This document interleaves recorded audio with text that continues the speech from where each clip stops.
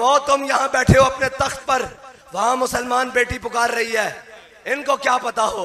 शाजी बात वही है कि जिनके पास इज्जतें हो ना वही इज्जत के रखवाले होते हैं।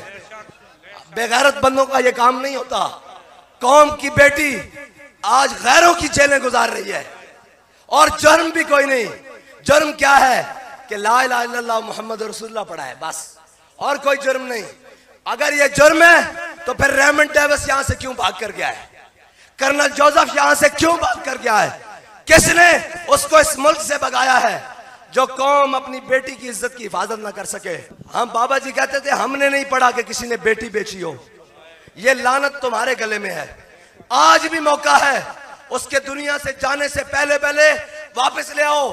ये भी तारीख में लिखा जाएगा कि एक ऐसी कौम थी जिसकी बेटी को गैर उठाकर ले गए थे, लेकिन उन्होंने अपनी बेटी वापस लेकर दम लिया था। आज भी मौका है, अपने वफूद भेजो और उनसे बात करो कि तुमने हमें मुआशी शिकंजों में जकड़ा, तुमने हमें IMF के नाम पर जकड़ा, तुमने हमें जनाब हमसे हमेशा डू मोर का मुतालबा किया, हमारी बेटी हमें वापस करो। लेकिन अफसोस इस बात का है कि वहां जाने वाले अशखास कह रहे हैं कौम को खड़ा होना पड़ेगा। मैंने कहा कौम तो खड़ी है, हाथ खड़ा करे। कौन कौन खड़ा है? एक मिनट जी, हाथ खड़ा करें। कौम खड़ी है, इन बेशर्मों को कोई खड़ा करना पड़ेगा।